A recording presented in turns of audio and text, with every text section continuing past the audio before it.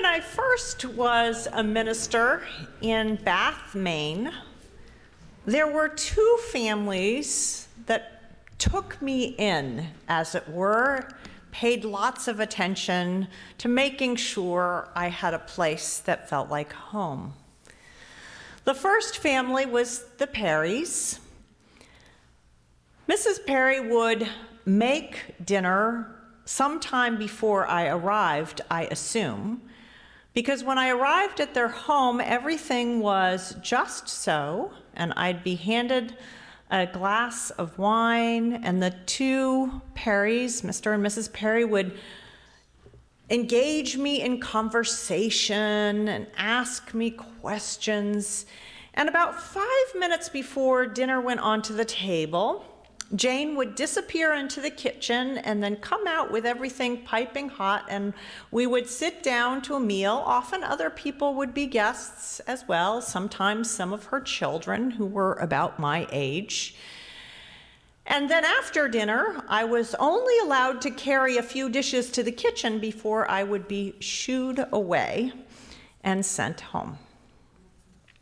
The other family was the Jameses. They were just up the street from my apartment, and I would come over to their house where their two young children lived with them, and usually every single chair and surface was covered with papers and materials, and they literally would pick things up to make a chair available for me. One of them would pour me a glass of wine, and for the longest time I did not notice this until finally I noticed that while one was talking to me, the other one was going to the grocery store. Then they would come back, or whoever would come back, and I would be engaged with them in chopping up vegetables and preparing the items for the meal, and then together we would sit down and feast. The joy of both of those evenings was not really about the neatness of the house or the perfection of the dinner. In both cases, it was about hospitality.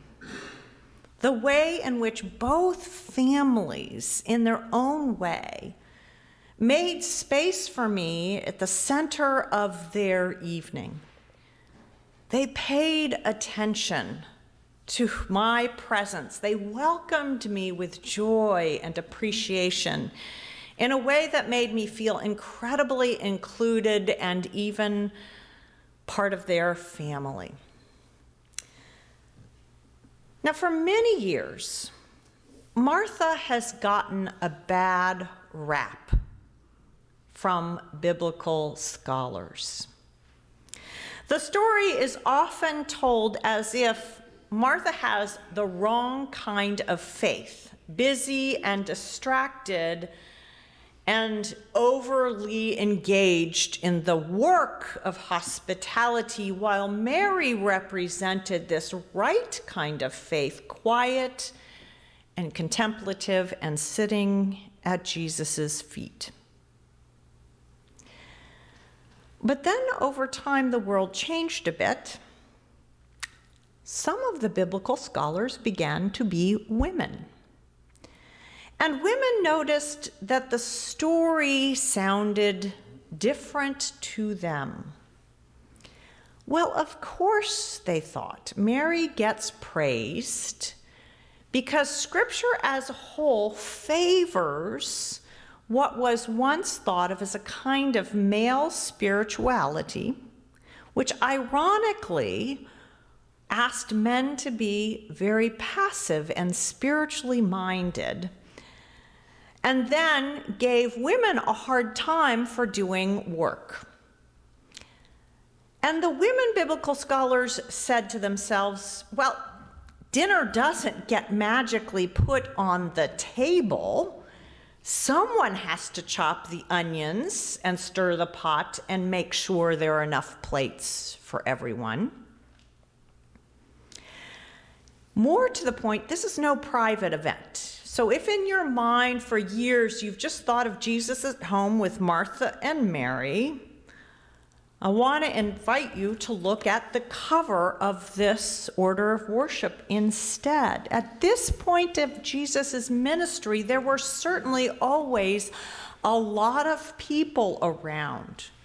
Wherever Jesus went, there was a crowd, people gathering. People were curious and hungry for his teaching, to be near him. So what we have in this picture is a sense of a lot of people in the house of Mary and Martha.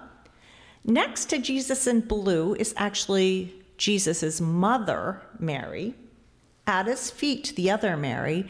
And then in the background with an apron and carrying a bucket or basket is Martha. Martha's frustration makes sense to many of us. There are guests to feed, and darn it, there is work to be done. Dinner does not put itself on the table. Now, Martha and Mary have often been seen as representing two different approaches to following Jesus. One centers our spirituality on this kind of quiet, meditative approach to faithfulness, contemplation, sitting at the teacher's feet. The other focuses on service, feeding people, caring for people, getting things done.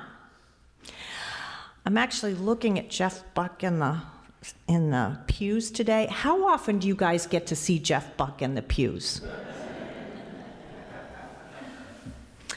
Most of us, if we think about it for just a moment, tend to favor one of these types of spirituality over the other.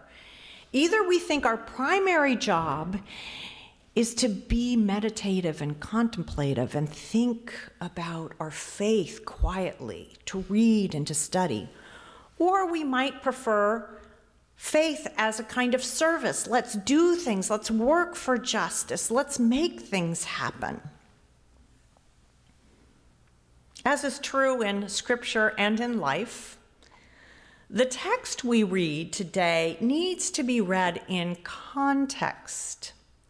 The path that we walk upon depends upon the world around us and what is happening. So the right way to see our scripture today requires a little bit of shading. It's not that Martha is wrong for working and serving. Hospitality matters.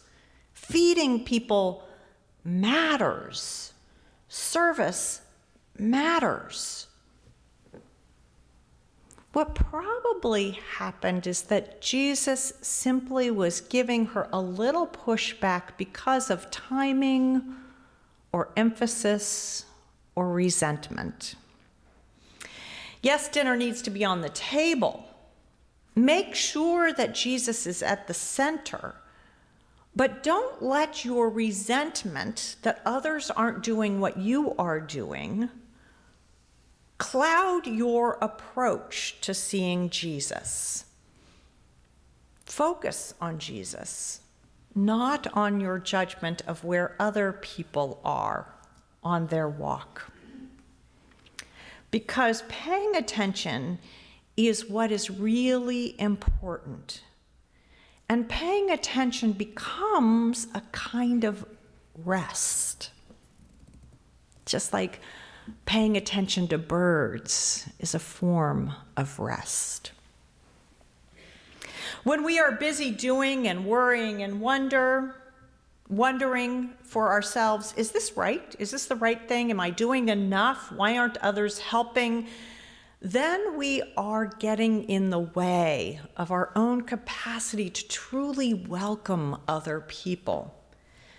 But if we are paying attention to the joy of hospitality, to the people gathered at the table, to the delight that we have visitors, to the wonder of our thinking and being and praying together, to the blessing of company, then we can pay attention and find that deep restfulness that happens when we connect and reconnect with one another. To be sure, when Mary sits at Jesus' feet, she is not just being passive, she is paying attention. She is noticing. She's allowing herself to be there, to be present with Christ. And that is to be commended.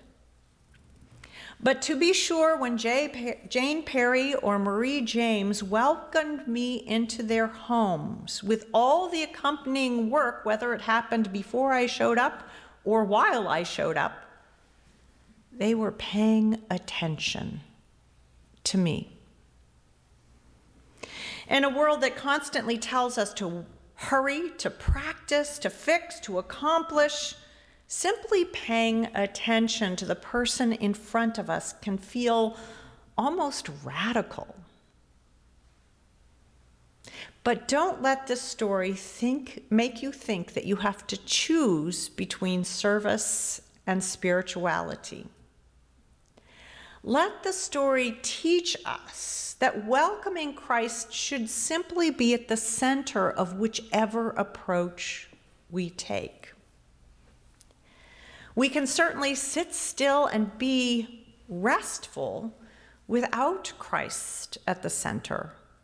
And we can certainly make ourselves very busy without Christ at the center. It's not busyness that's bad.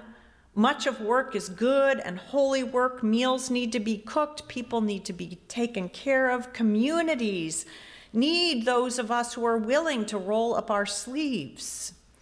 But if you are standing there making a beautiful beef bourguignon, but simmering with resentment, something has gone off track.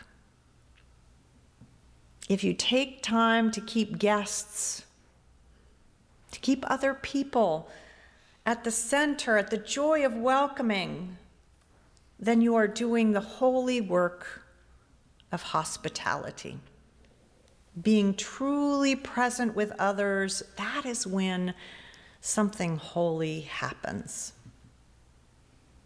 So every guest who walks through the door of this church or of your home, every single one is made in the image of God.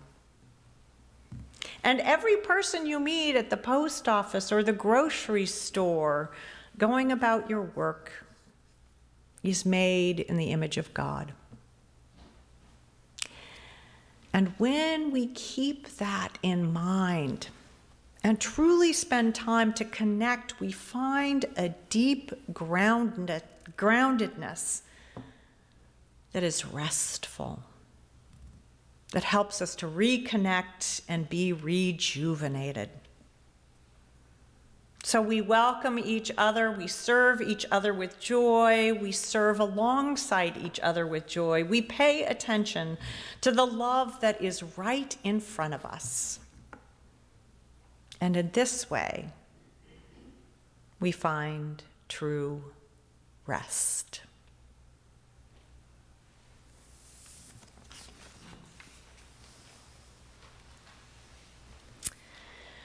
Our hymn today is more of a chant, and I'm going to start and just have us sing it through a few times. Can you give me those two first notes? We're going to sing it about 4 times through. I'll start and then have you join me.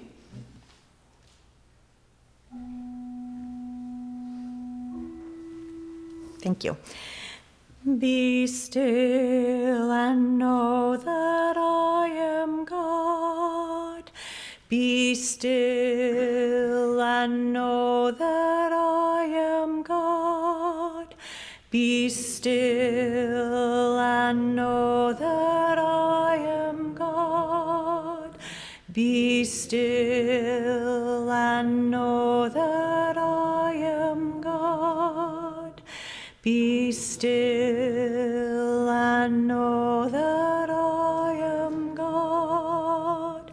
Be still and know that I am God. Okay, now I have a little bit of a camp challenge for you. We're going to continue to sing this through, But each time we're going to drop a word, the last word, and then sort of hum it instead until the only thing we're singing is be. So you can follow my lead on this. Be still and know that I am God. Be still and know that I am God. Be still and know that I am. Be still and know that I am. Be still and know that I. Be still and know that I. Be still and know that. Be still and know that. Be still and know. Be still and know. Be still and be still and be still.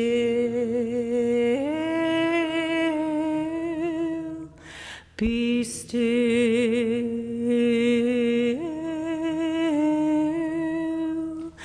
Be